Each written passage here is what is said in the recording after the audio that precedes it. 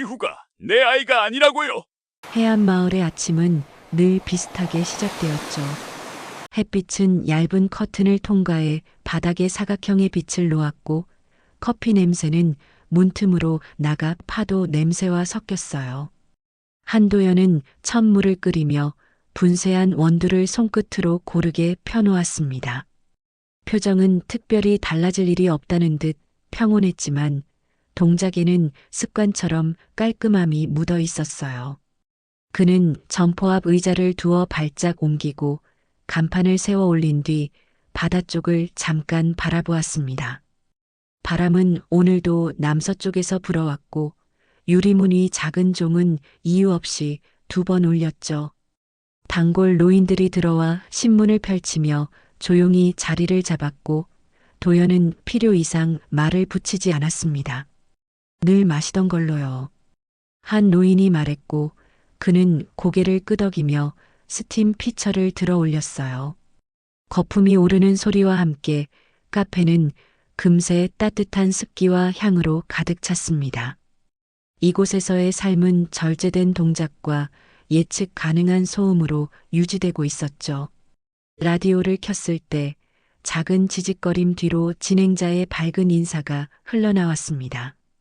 도연은 채널을 바꾸지 않고 그대로 두었어요. 기계적 리듬 속에서 일은 잘 흘렀고 생각은 파도처럼 멀고 얕게 밀려갔죠.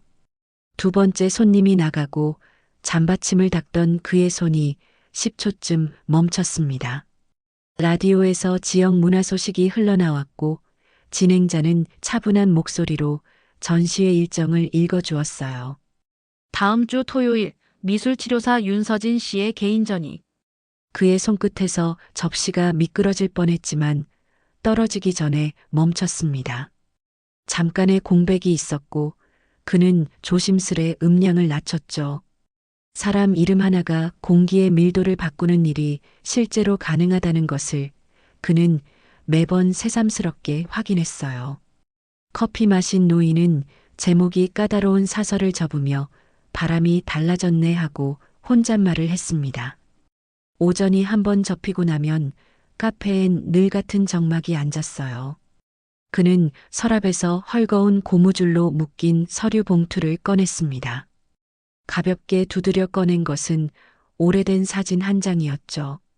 사진 속에서 어린 지우는 양손을 번쩍 들고 있었고 그 옆에 서 있는 여자는 햇빛에 눈을 조금 가늘게 떴습니다.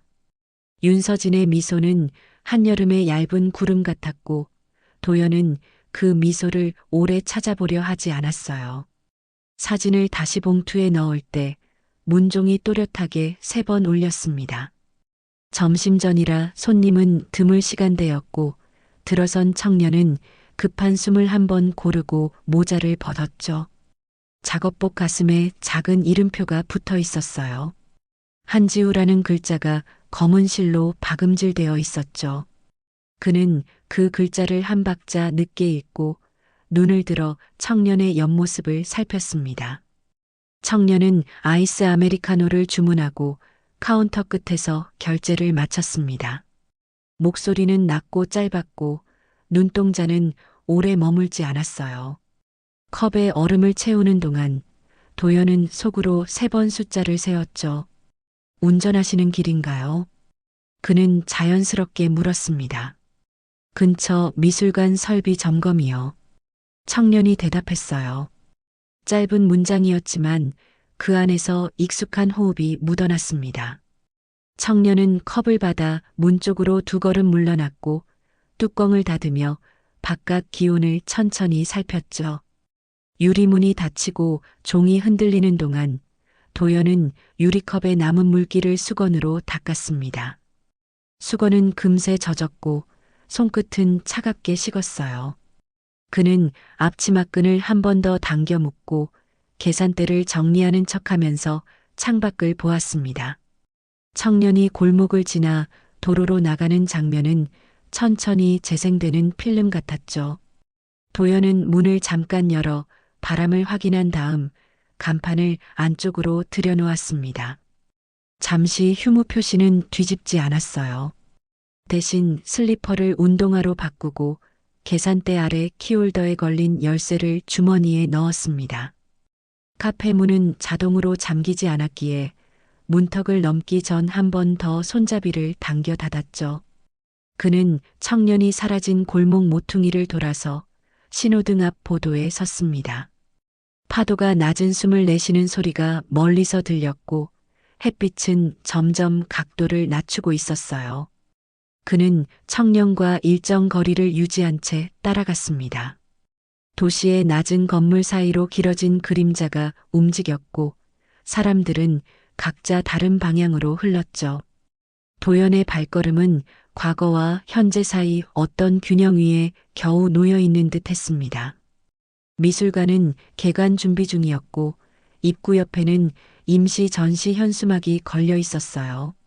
현수막 하단에는 기획자 이름과 일정이 적혀 있었고 가운데에는 작가의 이름이 큼지막하게 박혀 있었죠. 윤서진. 그는 입술을 다물고 광장 벤치 뒤쪽 그늘에 섰습니다. 청년은 직원 출입구로 들어가며 카드키를 태그했고 문은 가벼운 소리와 함께 열렸어요. 도연은 그 문이 완전히 닫힐 때까지 시선을 떼지 않았습니다. 바람이 현수막을 밀어 올리며 줄을 당겼고 천 표면의 그림자가 규칙적으로 떨렸죠. 그는 주머니에서 실내화처럼 가벼운 소음을 내는 열쇠를 만지작거렸어요. 시간은 늘어지고 긴장감은 얇은 막처럼 피부에 달라붙었습니다. 그는 정문으로 들어갈 생각이 없었고 그럴 이유도 아직 없다고 스스로에게 설명했죠. 광장 건너편 노점에서 생수를 사며 그는 동전이 떨어지는 소리를 한 박자 늦게 들었습니다. 땀방울이 귀 뒤로 흐르는 것을 느끼며 병을 열었고 단 한 모금만 마셨죠. 출입구 쪽에서는 가벼운 대화와 카드박스 끌리는 소리가 섞여 나왔습니다. 보안 요원이 입구를 몇 번 순찰했고 관람객 몇 명이 사전 예약 여부를 물으며 왔다 갔어요. 도연은 미술관 유리면을 비스듬히 보며 실내 동선을 가늠했습니다. 홀 중앙에는 긴 안내 데스크가 있고 오른편에는 작은 아트숍과 라운지가 연결되어 있었죠. 유리면에 반사된 하늘과 사람의 움직임은 겹쳐져서 정확히 구분되지 않았습니다.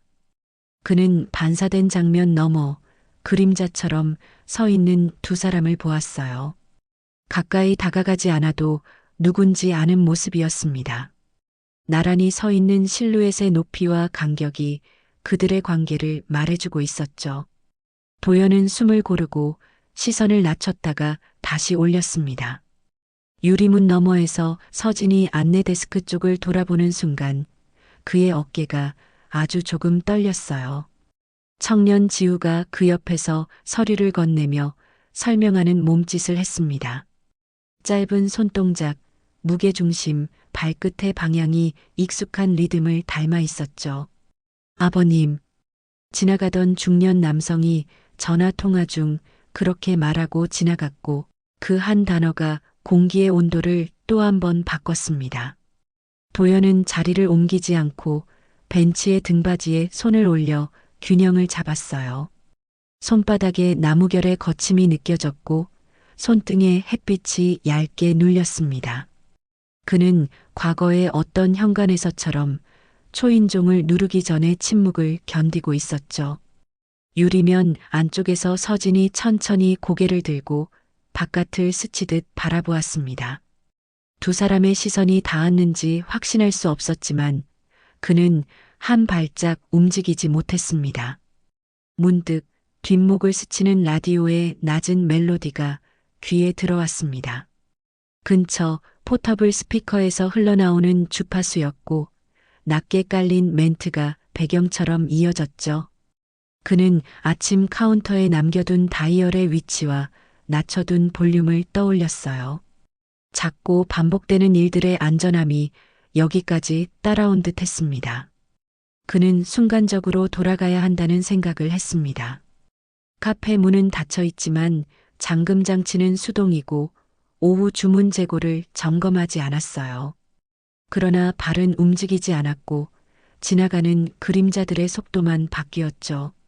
미술관 안쪽에서 조명이 한 칸씩 켜졌고 벽면의 흰색이 조금 더 밝아졌습니다.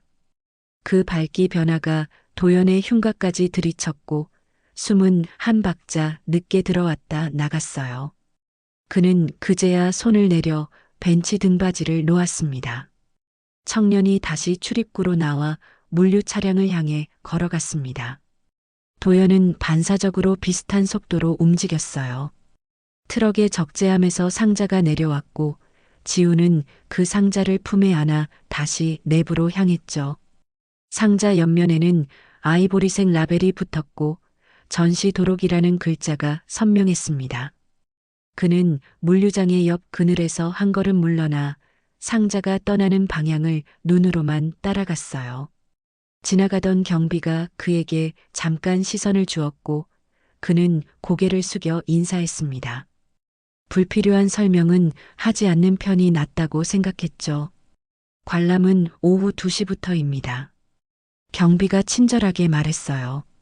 네, 알고 있습니다. 도연은 짧게 대답했습니다. 그 목소리는 생각보다 단단했고 그 자신도 그 단단함을 한순간 낯설어 했어요. 그는 광장 가장자리로 물러나 미술관 정면으로 바라보았습니다. 표면이 매끈한 유리는 오후의 빛을 거울처럼 튕겼고 그 뒤편의 움직임을 흐리게 가렸죠. 그러나 흐릿함은 때로 더 많은 것을 상상하게 했습니다. 그의 머릿속에는 신문 기사 한 줄, 오래된 봉투의 종이 냄새, 라디오의 낮은 잡음이 동시에 겹쳐졌어요. 감정은 의식적으로 접어넣고 사실만 남기려는 습관이 다시 작동했죠. 오늘 아침의 이름, 작업복의 이름표, 미술관의 현수막, 그리고 유리 저편의 높이차. 그는 자신의 두 손을 한번 마주잡고 천천히 펴보았습니다. 손등의 힘줄이 드러났다 숨었고 송금의 교차가 낯익게 보였어요. 그는 그것이 나쁜 징조도 좋은 예감도 아니라고 생각했습니다. 다만 무언가 시작되었다는 느낌만은 분명했죠. 돌아오는 길에 바다는 낮은 숨을 오래 내쉬었습니다. 모래는 아직 뜨겁지 않았고 갈매기는 가끔씩만 낮게 울었어요. 그는 편의점 앞에 잠깐 멈춰 종이봉투를 하나 샀습니다. 봉투 안에는 작은 노트와 사인펜이 있었죠. 카페로 돌아가면 말을 쓰지 않고도 기록할 수 있을 것 같았어요. 문을 밀고 들어간 카페는 여전히 같은 냄새와 같은 온도를 유지하고 있었습니다. 그는 계산대 아래 서랍을 열어 아침에 만지던 봉투를 다시 꺼냈어요. 오래된 사진이 다시 빛을 받아 가장자리부터 10개 번졌죠. 그는 사진을 노트 첫 페이지 위에 잠깐 올려두고 사인펜 뚜껑을 조심스럽게 열었습니다. 첫 줄에 무엇을 써야 할지 알 듯 말 듯 했지만 손은 곧 알아서 움직였어요. 오늘 이름을 보았습니다. 그는 그렇게 적었어요. 오늘 유리 너머에 두 사람이 서 있었습니다. 두 번째 줄이 따라붙었죠. 문종이 다시 울리고 오후에 첫 손님이 들어왔습니다. 도연은 노트를 덮고 평소와 다르지 않은 미소를 지었어요. 무엇으로 드릴까요? 목소리는 안정되어 있었습니다. 손님은 메뉴판을 훑다 말고 창밖을 한번 바라보았죠. 아이스라떼요. 그는 주문을 확인하고 얼음을 준비했습니다. 얼음과 우유, 에스프레소가 만나 층을 만들 때 도연은 방금 쓴 두 줄을 마음속에서 다시 읽었어요. 문장들은 아주 작은 닷처럼 그의 하루를 바닥에 고정해주는 듯 했습니다. 해가 기울 무렵 그는 카페 문을 걸어 잠그고 조용히 라디오 볼륨을 올렸습니다. 진행자의 목소리 사이로 짧은 사연 예고가 스쳤죠. 도연은 노트를 다시 펼쳐 세 번째 줄을 천천히 썼습니다. 내일 미술관을 다시 지나겠습니다. 그 문장을 쓰고 나니 가슴 안쪽 어딘가가 조금 덜 흔들렸어요. 바다는 여전히 낮게 숨쉬고 있었고 창문 틈을 지나온 바람이 커튼을 한번 흔들었습니다. 그는 스위치를 내려 불을 끄고 실내가 어둠에 적응할 시간을 잠깐 주었죠. 여전히 아무 일도 일어나지 않은 하루였지만 아무 일도 일어나지 않은 채로 끝나지는 않았습니다. 그가 문을 닫고 나왔을 때 하늘은 얇게 붉어지고 있었어요. 그 붉음은 오래된 사진 속 미소의 가장자리와 비슷한 색이었습니다. 오후의 햇빛은 미술관 외벽을 따라 길게 늘어져 있었습니다. 한도연은 이른 시간부터 그 근처를 맴돌았지만 발걸음은 쉽게 문턱을 넘지 못했어요. 유리병 너머로 보이는 사람들의 움직임이 마치 다른 세상의 풍경처럼 느껴졌습니다. 그는 자신이 이 도시의 일부였던 시절을 떠올렸습니다. 그때는 모든 것이 분명했고 사람들의 표정도 지금보다 훨씬 단순해 보였죠. 하지만 지금의 그는 그 단순함을 바라볼 자격이 없다는 듯 스스로를 구석으로 몰아넣고 있었습니다. 한참을 서 있던 그는 손에 들고 있던 커피를 내려다봤습니다. 이미 식은 커피 위로 빛이 비치며 희미한 반사가 생겼습니다. 그 반사 속에서 그가 기억하던 얼굴 하나가 잠시 비쳤습니다. 윤서진이었죠. 그는 의식적으로 시선을 돌렸지만 마음속엔 그 이름이 끈적이게 남았습니다. 서진은 병원에서 일한다는 이야기를 들었어요. 미술치료사로서 아픈 사람들을 그림으로 위로한다고 했죠. 한때 그가 사랑했던 여자는 여전히 사람을 위로하는 일을 하고 있었습니다. 그 사실이 왜인지 그를 더 깊이 아프게 만들었어요. 그녀가 자신을 떠난 뒤에도 세상 속에서 누군가를 치료하고 있었다는 것이 그가 얼마나 철저히 과거에 갇혀 있는지를 증명하는 것 같았기 때문입니다. 그는 손등에 묻은 커피 자국을 닦으며 조용히 미술관으로 걸어갔습니다. 입구 근처의 안내 표지판에는 전시 일정이 쓰여 있었죠. 윤서진 개인전 기억의 그림자.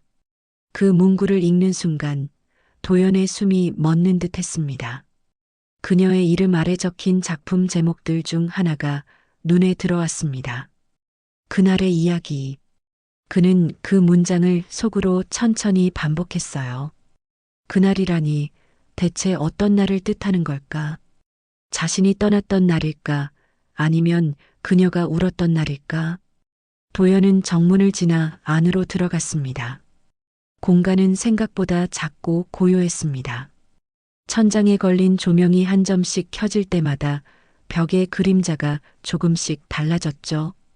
그는 천천히 벽을 따라 걸으며 그림들을 바라보았습니다. 첫 번째 작품은 바닷가 풍경이었습니다. 푸른색 대신 회색빛이 감도는 파도 위로 작은 새 한 마리가 날고 있었죠. 그는 그 새의 그림자를 보고 이상하게 마음이 저렸습니다. 그 다음 작품은 창문 앞에 앉아 있는 한 소년의 뒷모습이었어요. 붓터치가 거칠었지만 그 소년의 어깨선은 어디서 본 듯 익숙했습니다. 도연은 무심코 걸음을 멈추었습니다. 작품 설명에는 소년, 봄의 끝자락이라는 짧은 문장만 쓰여 있었어요.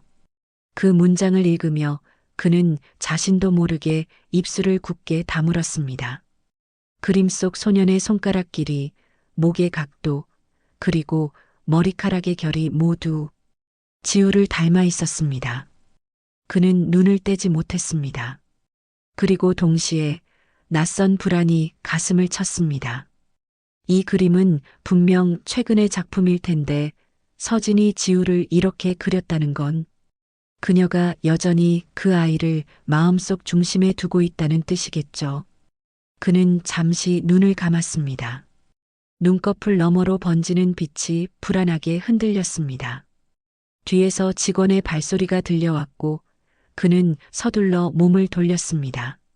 죄송합니다. 아직 오픈 전이라 직원이 조심스럽게 말했어요. 그는 고개를 숙이며 미소를 지었습니다. 그냥 지나가다 들렀습니다. 밖으로 나오자 바람이 차가웠습니다. 햇살은 여전히 따뜻했지만 그의 몸은 식어 있었습니다. 광장 한쪽에서 노점상이 음료를 팔고 있었고 그는 무의식적으로 생수를 하나 샀습니다. 뚜껑을 열었지만 한 모금도 마시지 못했어요. 대신 손에 들고 있던 병을 돌리며 멍하니 바라봤죠. 플라스틱 표면에 비친 자신의 얼굴은 낯설고 피곤했습니다. 그는 천천히 걸었습니다. 바람이 그의 옷깃을 스쳤고 뒤에서 사람들의 웃음소리가 섞여 들렸습니다.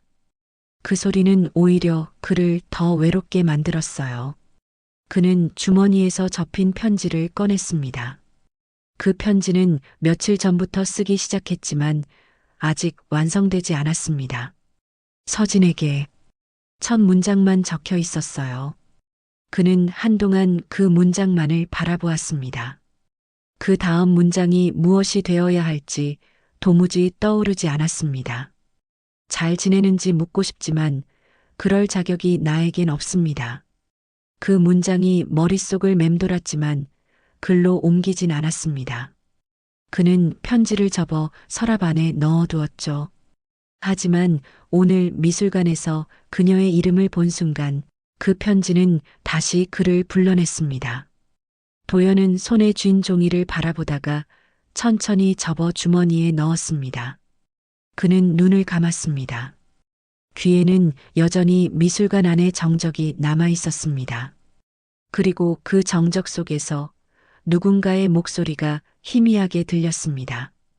그 아이를 잊지 말아요. 그건 예전에 서진이 했던 말이었죠. 그녀의 목소리가 그렇게 또렷이 떠오른 건 오랜만이었습니다.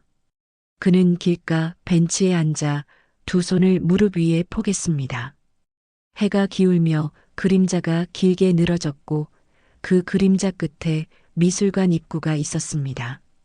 문득 누군가가 그 문을 열고 나왔습니다. 작업복 차림의 청년이었죠. 그의 가슴에는 이름표가 달려 있었습니다. 한지후. 그 이름을 읽는 순간 도연의 숨이 멈췄습니다. 그는 자리에서 일어나 한 걸음 물러섰습니다. 청년은 트럭으로 향하며 누군가와 간단히 인사를 나누고 박수를 나르며 웃었습니다. 그 웃음은 어딘가 낯익고 따뜻했습니다.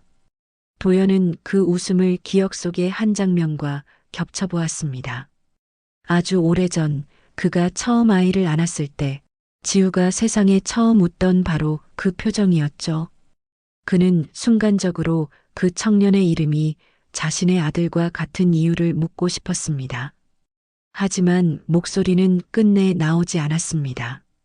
그는 청년이 사라진 방향으로 몇 걸음 다가갔습니다. 트럭 문이 닫히는 소리가 귓가에 울렸습니다. 그 소리는 낡은 기억의 문이 닫히는 소리와 같았습니다. 그는 깊게 숨을 들이쉬었지만 공기조차 쉽게 들어오지 않았어요. 머릿속은 비어 있었고 오직 심장의 소리만이 천천히 울렸습니다. 그는 주머니 속 편지를 꼭 쥔 채 가만히 서 있었습니다. 그 순간 바람이 불어 봉투의 가장자리를 살짝 흔들었습니다. 그 흔들림이 마치 누군가의 손길처럼 느껴졌습니다. 도연은 그 손길을 잡으려는 듯 허공에 손을 뻗었지만 아무것도 잡히지 않았습니다. 그날 밤 그는 다시 카페로 돌아왔습니다. 문을 닫고 불을 켠 뒤 카운터에 앉아 편지를 꺼냈습니다. 종이 위에는 여전히 첫 문장만 남아 있었어요. 서진에게. 그 아래에 그는 새로운 문장을 천천히 썼습니다. 오늘 그 아이를 봤습니다. 글씨는 떨렸지만 그 문장은 분명했습니다. 그는 펜을 내려놓고 조용히 눈을 감았습니다. 카페 안은 조용했고 라디오에서 들려오는 낮은 음악이 그 침묵을 채웠습니다. 도연은 그 음악 속에서 오래도록 숨을 고르며 앉아 있었습니다. 한도연은 그날 이후 미술관 근처에서 자주 머물렀습니다. 그는 발걸음을 멈추는 법을 잊은 사람처럼 같은 길을 천천히 돌고 또 돌았죠. 낮에는 관광객들로 붐비는 거리를 피하고 저녁이 되면 인적이 드문 병원 뒤편으로 향했습니다. 그곳은 윤서진이 일하는 병원의 후문이었어요. 그는 이유를 찾지 못한 채 매일 그 길을 걷고 있었습니다. 누군가를 기다리는 것도 만나려는 것도 아니었지만 어느 순간 익숙한 실루엣이 그 복도 끝에 나타났습니다. 서진이었죠. 그녀는 환자를 배웅하고 나와 휴게실로 향했습니다. 도연은 본능적으로 발길을 멈췄습니다. 그녀는 흰 가운 위에 얇은 카디건을 걸치고 있었습니다. 손에는 커피가 들려 있었고 걸음은 피곤하지만 단정했죠. 그녀의 얼굴에는 여전히 따뜻한 미소가 남아 있었지만 그 미소는 이제 자신과 아무런 관련이 없는 세상에 속해 있었습니다. 그녀가 복도 끝에서 사라지자 도연은 조용히 병원 안으로 들어갔습니다. 아무도 그를 막지 않았어요. 병원은 저녁 근무 교대 시간이라 사람들의 시선이 분주히 움직이고 있었습니다. 그는 복도를 따라 천천히 걸었고 그 끝에서 낯익은 남성을 보았습니다. 민정우였습니다. 정우는 간호사와 이야기를 나누며 병실로 들어가고 있었습니다. 도연은 그를 따라가려다 발을 멈췄습니다. 몸 안 어딘가에서 오래된 경계심이 꿈틀거렸습니다. 정우는 서진의 대학 시절 친구이자 자신이 가장 믿었던 몇 안 되는 사람 중 하나였습니다. 하지만 지금 그가 이 병원에서 서진과 함께 있는 이유를 알 수 없었죠. 그는 복도 끝에서 그들의 뒷모습을 바라보았습니다. 간호사가 문을 닫는 순간 도연은 그 안에서 무언가를 보았습니다. 탁자 위에 펼쳐진 서류, 그리고 병원 기록지 한 장, 환자 한지후. 그 이름을 본 순간 그의 눈이 크게 흔들렸습니다. 그는 두 사람의 대화를 듣지 못했습니다.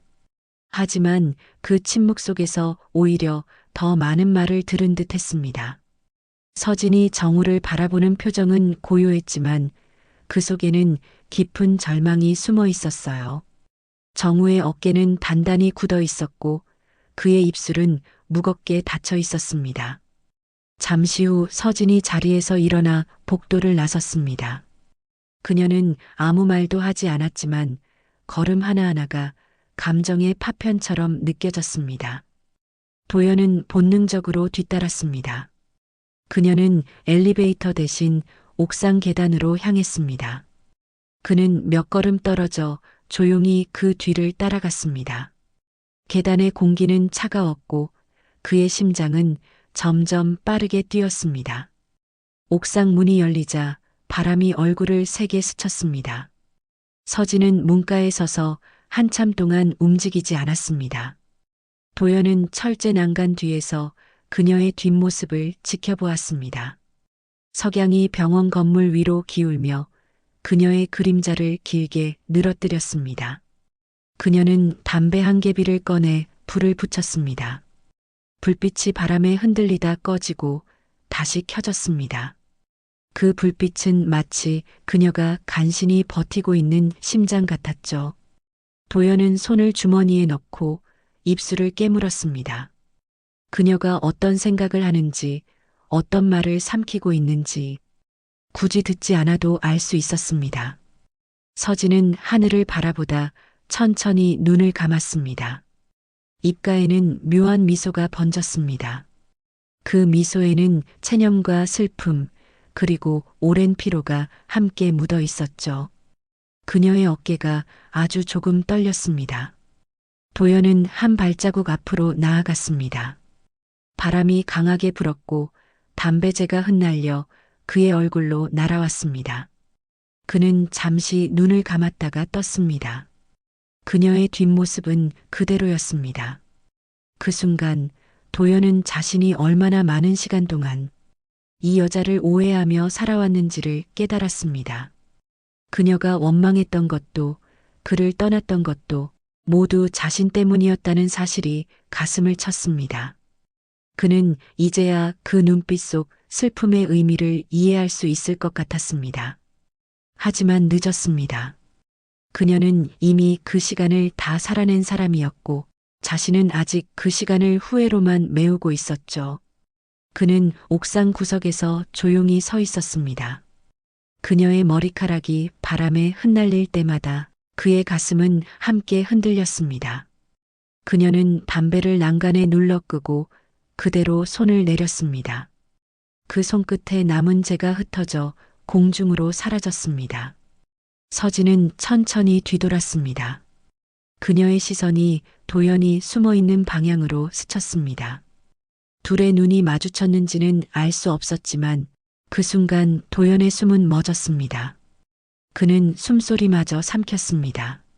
서진은 그를 보지 못한 듯 다시 문 쪽으로 걸었습니다. 그녀가 지나간 자리에는 희미한 담배 냄새와 함께 짙은 고독이 남았습니다. 도연은 그 자리에 오래 서 있었습니다. 바람이 잠시 멈춘 듯 고요했죠. 그는 벽에 기대어 하늘을 올려다봤습니다. 해가 완전히 넘어가기 전 마지막 빛이 그의 얼굴을 스쳤습니다. 그는 그 빛이 사라지는 순간까지 눈을 떼지 않았습니다. 그의 마음 한가운데에서 어떤 문이 천천히 닫히는 소리가 들렸습니다. 그는 주머니에서 종이 한 장을 꺼냈습니다. 서진에게 쓰다 만 편지였습니다. 그는 그것을 손바닥 위에 올려놓고 바라봤습니다. 바람이 불어 편지가 흔들렸습니다. 그는 조용히 중얼거렸습니다. 이젠 나 혼자만 알고 있어야겠네요. 그는 편지를 접어 주머니에 넣고 옥상을 내려왔습니다. 복도에는 여전히 희미한 소독약 냄새가 감돌았습니다. 계단을 내려갈수록 그의 어깨는 점점 무거워졌습니다. 병원 문을 나서는 순간 하늘에 남은 붉은 빛이 사라졌습니다. 그는 가만히 걸었습니다. 누군가의 발소리가 멀리서 들려왔지만 그는 돌아보지 않았습니다. 그의 뒤에 남은 건 단지 바람과 그림자뿐이었습니다. 그리고 아직 끝나지 않은 이야기의 시작이었죠. 밤은 유난히 고요했습니다. 카페 불빛만이 좁은 골목을 희미하게 비추고 있었어요. 한도연은 노트를 펴고 낮에 적어둔 짧은 문장을 다시 읽었습니다. 오늘 그 아이를 봤습니다. 그 한 줄이 종이 위에서 낯설게 빛났습니다. 그는 펜을 들어 다음 문장을 쓰려 했지만 손끝이 떨려 글씨가 번졌어요. 라디오에서는 낯익은 목소리가 들렸습니다. 진행자가 사연을 읽고 있었죠. 오늘은 용서에 대한 이야기를 해볼까 합니다. 그 목소리를 듣는 순간 도연의 손이 멈췄습니다. 라디오의 배경음악은 잔잔했지만 그의 마음은 요동쳤습니다. 그는 라디오 볼륨을 낮추고 눈을 감았습니다. 서진의 목소리가 그날 옥상에서 들었던 바람과 함께 떠올랐습니다. 그녀가 무너지는 표정이 눈앞에 선명하게 그려졌습니다. 그는 자리에서 일어나 서류 봉투를 꺼냈습니다. 봉투 안에는 오래된 병원 서류와 몇 장의 사진이 들어 있었습니다. 그중 한 장의 기록표에는 낯선 날짜와 이름이 적혀 있었어요. 친자 감정 결과 불일치. 그 문장을 읽는 순간 그의 시야가 흔들렸습니다. 무릎 위에 종이가 떨어졌고 바람이 그것을 문 쪽으로 밀었습니다. 그는 손으로 얼굴을 감싸 쥐었습니다. 기억이 흘러들어왔습니다. 10년 전 서류 한 장 때문에 무너졌던 그날이 떠올랐습니다. 당시 그는 회사의 횡령 사건에 연루되어 조사를 받던 중이었습니다. 모든 걸 서진에게 털어놓을 수 없었죠. 그녀를 보호하기 위해 스스로 모든 책임을 짊어졌습니다. 하지만 그 과정에서 서진은 세상의 손가락질을 홀로 견뎌야 했습니다. 그녀가 그를 떠난 이유가 단순한 배신이 아니었다는 사실이 이제서야 선명하게 보이기 시작했습니다. 그는 머리를 숙이고 깊은 숨을 내쉬었습니다. 서류 위의 글자가 물결처럼 흔들렸습니다. 한지후 환자기록. 그는 주먹을 쥐며 속으로 되뇌었습니다. 그럴 리가 없어. 그 말은 믿음이라기보다 절망에 가까운 외침이었습니다. 그의 심장은 서서히 무너지고 있었어요. 그는 창문을 열었습니다. 차가운 바람이 안으로 밀려 들어왔고 커튼이 크게 흔들렸습니다. 바람과 함께 무언가 종이 냄새 같은 향이 섞여 들어왔습니다. 그는 눈을 감았습니다. 그 향은 서진이 좋아하던 향수의 마지막 잔향과 닮아 있었습니다. 다음 날 그는 병원 기록실을 찾아갔습니다. 허락받지 않은 발걸음이었지만 그는 멈추지 않았습니다. 직원들이 퇴근하고 남은 시간 기록실의 불빛은 희미했습니다. 그는 파일 서랍을 하나씩 뒤졌습니다. 한지우라는 이름이 적힌 파일을 찾는데 오래 걸리지 않았습니다. 손에 닿은 종이가 바스락거렸고 그 안에 들어있던 문서가 눈에 들어왔습니다. 기록 갱신 보호자 서명 윤서진. 그 순간 도연의 숨이 멎었습니다. 모든 조각이 제자리를 찾는 소리가 들렸습니다. 그는 의자에 털썩 앉았습니다. 문득 복도에서 발소리가 들려왔습니다. 그는 재빨리 서류를 접어 주머니에 넣었습니다. 문틈 사이로 들어오는 빛이 점점 가까워졌습니다. 발소리의 주인은 정우였습니다. 그의 얼굴에는 놀람보다 차가운 확신이 있었습니다. 이 시간에 여기서 뭐 하십니까? 도연은 대답하지 않았습니다. 정우의 눈이 잠시 그를 스쳤습니다. 그리고 한 발짝 다가서며 말했습니다. 진실을 알아도 당신이 견딜 수 있겠습니까? 그 말은 칼날처럼 짧고 날카로웠습니다. 도연은 그를 바라보았습니다. 지우가 내 아이가 아니라고요? 그 한마디가 입에서 새어나왔습니다. 정우의 표정이 잠시 흔들렸습니다. 그러나 곧 굳어졌습니다. 그 아이는 서진의 모든 겁니다. 그리고 당신의 과거가 만든 결과이기도 하죠. 그의 말은 차갑지만 그 속엔 묘한 연민이 섞여 있었습니다. 도연은 그 자리에 멈춘 채 고개를 들지 못했습니다. 정우는 그를 지나쳐 문 밖으로 나갔습니다. 그가 떠난 뒤에도 도연은 오랫동안 움직이지 않았습니다. 손에 쥔 문서가 구겨지고 있었죠. 눈앞의 세상이 낯설게 느껴졌습니다. 지우의 웃음, 서진의 목소리, 모든 기억이 뒤섞였습니다. 그는 의자에서 일어나 천천히 걸었습니다. 복도 끝 창문 밖으로 새벽이 비치고 있었습니다. 빛은 희미했지만 어딘가 날카로웠습니다. 그는 그 빛을 향해 걸으며 중얼거렸습니다. 이제 끝까지 가야겠네요. 그의 목소리는 낮고 단호했습니다. 그동안 피하려 했던 것들을 마주해야 한다는 걸 그는 알고 있었습니다. 진실은 이미 드러났고 이제 남은 건 선택뿐이었죠. 그는 병원 문을 나서며 하늘을 올려다봤습니다. 별 하나 없는 새벽의 하늘은 검게 잠겨 있었어요. 하지만 그 속에는 작은 빛 하나가 깜빡이고 있었습니다. 그는 그 빛을 한참 동안 바라봤습니다. 그리고 천천히 미소를 지었습니다.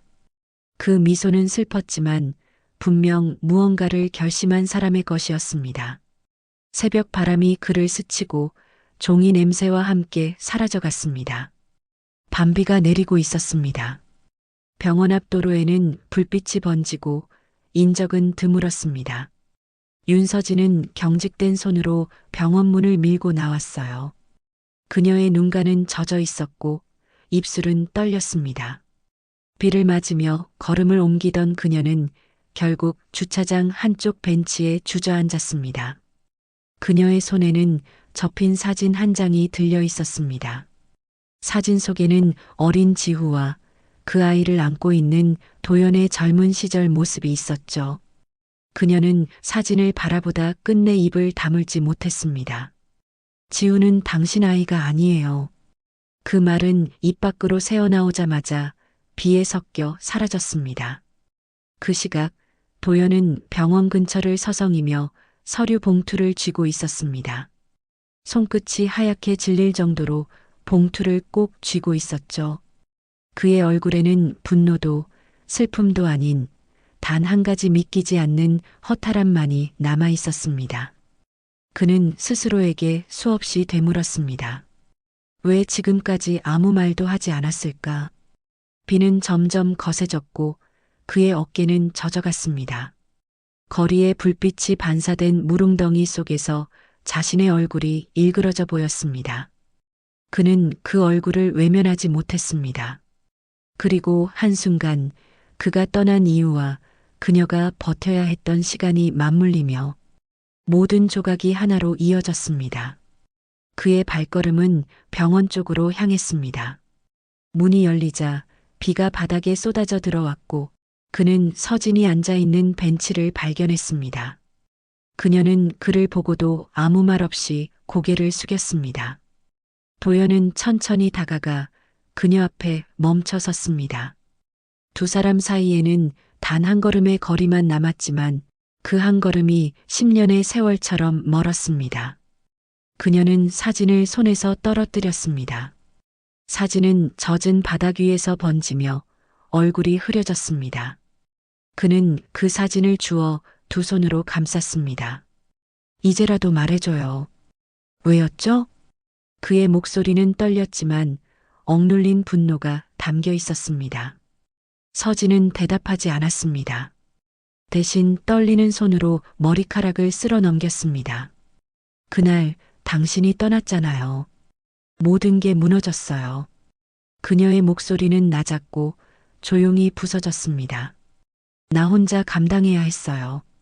그 일이 있었던 날 아무도 내 말을 믿지 않았어요. 그녀의 눈물이 빗물과 함께 떨어졌습니다. 그녀는 두 손으로 얼굴을 감쌌습니다. 그 아이는 누군가의 죄였어요. 도연은 숨을 삼켰습니다. 그녀의 말은 칼처럼 가슴을 베었습니다. 그는 잠시 말을 잃었어요. 누군가의 죄라니. 그는 낮게 중얼거렸습니다. 서진은 고개를 들지 못했습니다. 당신이 구속되던 그 해봄이었어요. 퇴근길이었고 나는 그저 돌아가고 있었어요. 그런데 그 일이 일어났어요. 지우는 그날의 흔적이에요. 그녀의 말은 바람 속으로 흩어졌습니다. 비가 두 사람 사이를 가르고 있었습니다. 도연은 그 자리에 서서 아무 말도 하지 못했습니다. 그녀의 고백은 그를 완전히 무너뜨렸습니다. 그는 허공을 바라보다가 이내 무릎을 꿇었습니다. 손에 쥐었던 사진이 빗물에 젖어 손가락에 달라붙었어요. 미안합니다. 그의 목소리는 거의 들리지 않았지만 분명했습니다. 서진은 고개를 들었고 그를 바라봤습니다. 그녀의 눈동자 속엔 여전히 사랑과 미움이 함께 깃들어 있었죠. 그녀는 조용히 한 걸음 다가와 그를 바라보다 고개를 떨궜습니다. 나는 당신을 미워했어요. 하지만 그 미움이 당신을 잊게 하진 못했어요. 그녀의 말은 마지막 비처럼 차분히 떨어졌습니다. 도연은 고개를 숙인 채 바닥에 고인 물을 바라봤습니다. 그 속에는 두 사람의 얼굴이 뒤섞여 있었습니다. 지우의 웃음, 서진의 눈물, 자신의 어리석음이 그 안에서 함께 흔들렸습니다. 이제 그 아이에게 뭐라고 말해야 할까요? 그는 스스로에게 묻듯이 말했습니다. 서진은 대답하지 않았습니다. 대신 그에게 등을 돌리고 천천히 걸음을 옮겼습니다. 그녀의 뒷모습은 빗속에서 희미해졌습니다. 도연은 그 자리에 남아 그녀가 사라지는 방향을 바라봤습니다. 그의 입술이 미세하게 떨렸습니다. 그리고 마침내 그는 두 손으로 얼굴을 감싸주며 울었습니다. 10년 동안 억눌러왔던 감정이 폭발하듯 터져나왔습니다. 비는 그의 울음소리를 덮었습니다. 그 울음은 고통이자 조금 늦은 용서의 시작이었습니다. 새벽빛이 멀리서 희미하게 퍼졌습니다. 그는 그 빛을 향해 고개를 들었습니다. 그 눈빛에는 아직 남은 아픔과 아주 작은 구원의 흔적이 깃들어 있었습니다. 아침은 희미하게 병원 복도 위를 비추고 있었습니다. 윤서진의 방은 텅 비어 있었죠. 탁자 위에는 정리되지 않은 스케치북과 유리컵에 담긴 시든 꽃 한 송이만 남아 있었습니다. 간호사가 조용히 커튼을 열었지만 그 안은 고요했습니다. 서진은 어디에도 없었습니다. 침대 위에는 단 한 장의 쪽지가 남아 있었어요. 지우를 부탁해요. 단정하고 간결한 글씨였지만 종이는 빗방울에 젖은 듯 얼룩져 있었습니다. 그녀는 이미 떠난 뒤였습니다. 그리고 아무도 그녀가 어디로 갔는지 알지 못했습니다. 한도연은 경찰서 앞에서 전화를 받았습니다. 그의 손끝이 미세하게 떨렸습니다. 윤서진 씨가 발견되었습니다. 그 말은 현실이 아니라 꿈처럼 들렸습니다. 그는 아무 대답도 하지 못한 채 잠시 하늘을 바라봤습니다. 바람은 여전히 차가웠고 그 차가움 속에서 그의 손끝이 서서히 굳어갔습니다. 몇 시간 후 그는 그들이 함께 살던 옛 신혼집 근처로 향했습니다. 그곳은 이미 폐가가 되어 있었지만 창문 사이로 바람이 스며들며 먼지를 흩날리고 있었습니다. 문은 잠겨 있지 않았습니다. 그는 조심스럽게 안으로 들어갔습니다. 공기는 눅눅했고 벽지는 색이 발해 있었습니다. 낡은 탁자 위에는 액자 하나가 놓여 있었죠.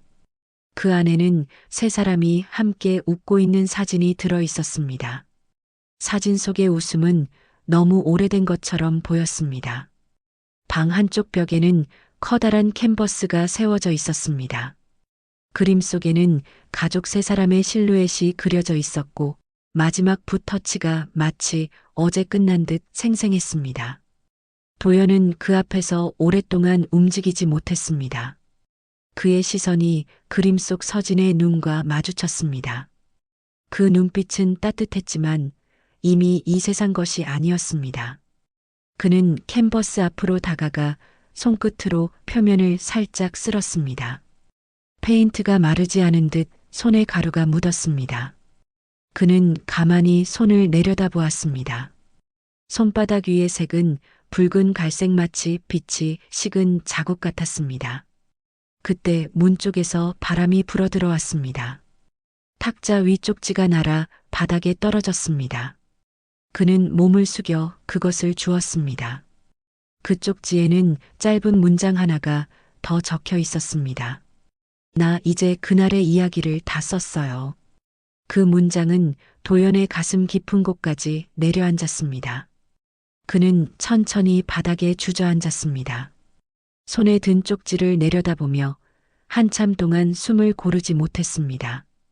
눈앞이 흐려졌고 들려오는 건 자신의 심장 소리뿐이었습니다. 그는 쪽지를 가슴에 눌러 안았습니다. 서진아. 그의 목소리는 거의 들리지 않았습니다. 그는 울지 않았습니다. 대신 눈물 한 방울이 뺨을 타고 떨어졌고 그것이 바닥 먼지 위에 둥글게 스며들었습니다. 시간이 멈춘 듯 그 공간은 정적에 잠겼습니다. 그는 천천히 일어나 벽에 걸린 그림을 바라봤습니다. 그림 속 가족은 여전히 함께 서 있었습니다. 아이는 해맑게 웃고 있었고 서진의 표정은 평화로웠습니다. 그는 손을 뻗어 그녀의 얼굴 부분을 살짝 만졌습니다. 그 순간 붓자국 하나가 바람에 흩날리며 떨어졌습니다. 그는 그것을 손바닥으로 받아들었습니다. 그리고 조용히 속삭였습니다. 이제 당신이 평안하길. 창문 밖에서 햇빛이 천천히 들어왔습니다. 먼지가 그 빛 속에서 부유하며 마치 그림 속 색이 살아 움직이는 듯 했습니다. 그는 고개를 들어 하늘을 바라봤습니다. 밖에는 경찰차의 불빛이 희미하게 번지고 있었습니다. 그는 문 앞에 서서 마지막으로 그 방을 돌아봤습니다. 탁자, 액자, 그림 그리고 쪽지. 그 모든 것이 그녀의 삶의 흔적이었고 동시에 작별의 인사였습니다. 그는 문을 닫으며 깊게 숨을 들이쉬었습니다. 바람이 스쳤고 창문 사이로 부드러운 햇살 한 줄기가 따라 나왔습니다. 그 빛은 그의 어깨 위에 머물렀습니다. 그는 잠시 멈춰 그 따뜻함을 느꼈습니다. 그건 마치 그녀가 마지막으로 남긴 손길 같았습니다. 그리고 그는 조용히 미소 지었습니다. 늦은 오후 라디오 방송국의 작은 부스 안은 햇빛보다 조용했습니다. 창문 틈새로 들어오는 빛은 마치 오래된 기억처럼 흐릿하게 퍼져 있었어요. 한도연은 마이크 앞에 앉아 있었습니다. 테이블 위에는 오래된 원고 한 장이 펼쳐져 있었죠. 종이에 모서리는 달아 있었고 몇 군데는 눈물 자국처럼 번져 있었습니다. 그 원고의 맨 위에는 단 하나의 제목이 적혀 있었습니다.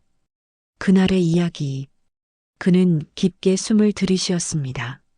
라디오 불이 켜지고 빨간 ON AIR 표시 등이 점등되었습니다. 그 순간 세상 모든 소음이 멈춘 듯 했죠. 그는 천천히 입을 열었습니다. 오늘은 한 편의 이야기를 전해드리겠습니다. 목소리는 낮았고 살짝 떨렸습니다. 그는 원고를 손으로 감싸 쥐듯 붙잡고 있었습니다. 한 글자, 한 문장을 읽을 때마다 그 안에 담긴 온기가 손끝으로 전해졌습니다. 사람은 때때로 너무 늦게 진심을 깨닫습니다. 그는 읽다가 잠시 멈췄습니다. 숨을 고르고 다시 이어갔죠. 하지만 그 늦음에도 불구하고 그 마음이 거짓이 아니라면 그것은 여전히 사랑이라 부를 수 있을까요? 스튜디오 안 공기가 조금 더 따뜻해졌습니다. 그의 눈에는 지난 세월이 한꺼번에 스쳐갔습니다. 서진의 미소, 지우의 웃음, 그리고 자신이 놓쳐버린 시간들. 모든 것이 이 짧은 원고 안에 들어 있었습니다. 그는 페이지를 넘기며 서진의 필체를 따라 눈을 옮겼습니다. 나는 당신을 미워했어요. 당신이 나를 버렸다고 믿었죠. 하지만 사실은 내가 당신을 버린 거였어요. 글씨는 고르고 단정했지만 한 줄 한 줄마다 무게가 느껴졌습니다. 지우는 내 전부였고 동시에 당신이 남겨준 마지막 온기였어요. 그 아이가 웃을 때마다 당신의 그림자가 겹쳐 보였죠. 도연의 손이 떨렸습니다. 그는 한동안 아무 말도 하지 못했습니다. 그저 종이 위 문장을 눈으로 따라 읽었죠. 이제 그날의 이야기를 다 썼어요. 당신이 듣는다면 그걸로 충분해요. 이제는 내 그림 속에서만 우리를 그리겠지만 거기서 당신은 언제나 웃고 있을 거예요. 그는 그 마지막 문장에서 손가락을 멈췄습니다. 숨이 막히는 듯한 고요가 스튜디오 안을 채웠습니다. 잠시 후 그는 마이크 가까이로 몸을 기울였습니다. 서진 씨, 잘 들었습니다. 그의 목소리가 공기 속에서 천천히 흩어졌습니다. 방송이 끝나고 빨간 불이 꺼졌습니다. 부스 안은 다시 정적에 잠겼습니다. 그는 헤드폰을 벗고 창문 밖을 바라봤습니다. 해가 기울며 빛이 스튜디오 벽을 붉게 물들이고 있었습니다. 그 빛이 서진의 붓 터치처럼 부드럽게 흔들렸습니다. 그는 의자에 앉은 채로 한참 동안 움직이지 않았습니다. 책상 위에 놓인 서진의 원고가 바람에 살짝 들썩였습니다. 그는 손으로 그것을 눌러 고요히 펼쳐두었습니다. 그날의 이야기, 그녀의 마지막 목소리가 아직 거기 있었습니다. 방송이 끝난 후 도연은 원고를 조심스레 봉투에 넣었습니다. 봉투 겉면에는 서진의 필체로 적힌 문장이 남아 있었습니다. 용서란 결국 자신을 구원하는 일이다. 그 문장을 바라보는 그의 눈빛이 흔들렸습니다. 그는 자리에서 일어나 조용히 문을 열었습니다. 바깥 공기가 스튜디오 안으로 밀려들었습니다. 햇빛은 점점 희미해지고 하늘에는 석양의 마지막 붉음이 남아 있었죠. 그는 손에 쥔 봉투를 가슴에 안고 천천히 걸음을 옮겼습니다. 그 발걸음엔 이제 두려움이 아니라 작지만 단단한 평화가 깃들어 있었습니다. 밖으로 나오자 거리에는 라디오에서 흘러나오는 자신의 목소리가 울려 퍼지고 있었습니다. 사람은 누구나 다시 사랑할 수 있습니다. 단지 그 사랑이 어떤 모습이냐가 다를 뿐이죠. 그는 그 목소리를 들으며 하늘을 올려다봤습니다. 그 하늘은 여전히 그녀가 마지막으로 그렸던 그림의 색과 같았습니다. 붉고 따뜻하며 슬프지만 이상하게 평화로운 색이었죠. 그는 봉투를 두 손으로 꼭 쥐었습니다. 그리고 아주 작게 속삭였습니다. 서진아, 고마워요. 이제 나도 그날의 이야기를 마무리할게요. 그날은 맑고 조용했습니다. 바람이 적당히 불고 하늘은 구름 한 점 없이 투명했죠. 한도연은 오랜만에 카페 문을 닫고 밖으로 나왔습니다. 손에는 낡은 봉투 하나가 들려 있었어요. 그 안에는 서진의 편지와 그가 방송 중에 읽었던 그날의 이야기 원고가 함께 들어 있었습니다. 그는 천천히 발걸음을 옮겼습니다. 길은 익숙했습니다. 그가 서진과 처음 만났던 그 해의 바다로 이어지는 길이었죠. 버스 창밖으로 지나가는 풍경이 느리게 흘러갔습니다. 도시의 소음이 멀어질수록 마음속 소리도 차분해졌습니다. 그는 창가에 머리를 기대고 눈을 감았습니다. 햇살이 유리창을 타고 들어와 그의 얼굴을 스쳤습니다. 그 빛은 마치 서진의 손길처럼 부드럽고 따뜻했습니다. 그는 그 감촉에 미소를 지었습니다. 오래전 기억이 파도처럼 밀려왔습니다. 서진이 웃으며 말하던 목소리, 이 길 끝에 도착하면 세상이 조금은 다르게 보일 거예요. 버스가 멈추고 문이 열렸습니다. 바다 냄새가 한꺼번에 밀려 들어왔습니다.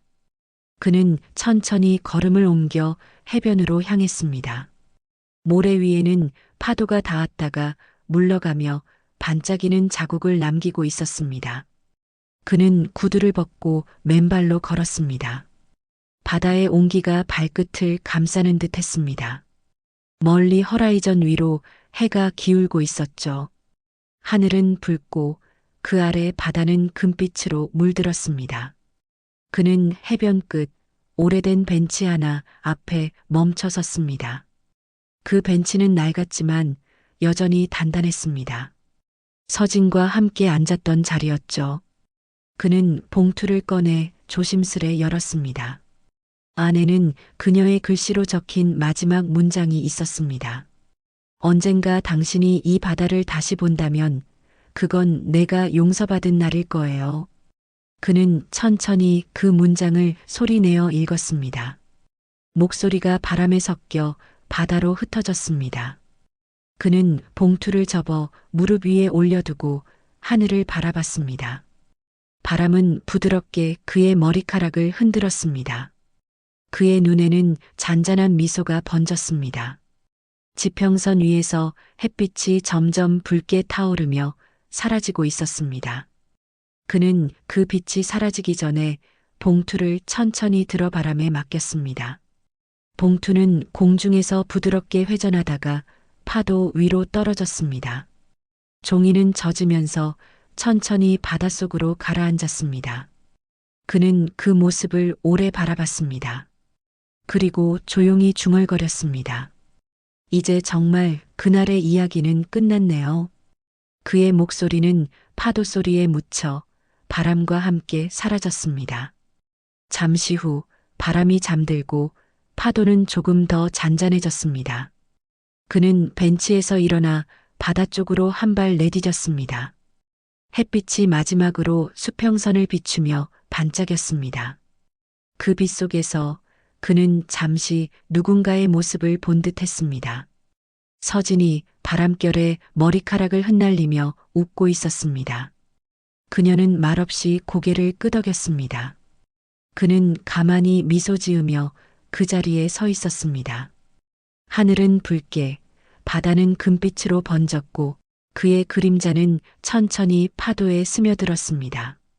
그는 바다를 향해 마지막으로 인사하듯 고개를 숙였습니다. 그리고 뒤돌아 걸음을 옮겼습니다. 해변의 모래는 부드럽고 따뜻했습니다. 그의 발자국 뒤로 파도가 밀려와 천천히 그 흔적을 지웠습니다. 남겨진 것은 아무것도 없었지만 그의 마음 한가운데에는 여전히 그녀의 목소리가 남아 있었습니다. 세상이 조금은 다르게 보일 거예요. 그는 그 말처럼 다른 세상을 향해 걸어갔습니다. 그리고 그 순간 세상은 정말 조금 달라져 있었습니다. 그의 눈빛에는 슬픔 대신 평화가 깃들어 있었습니다.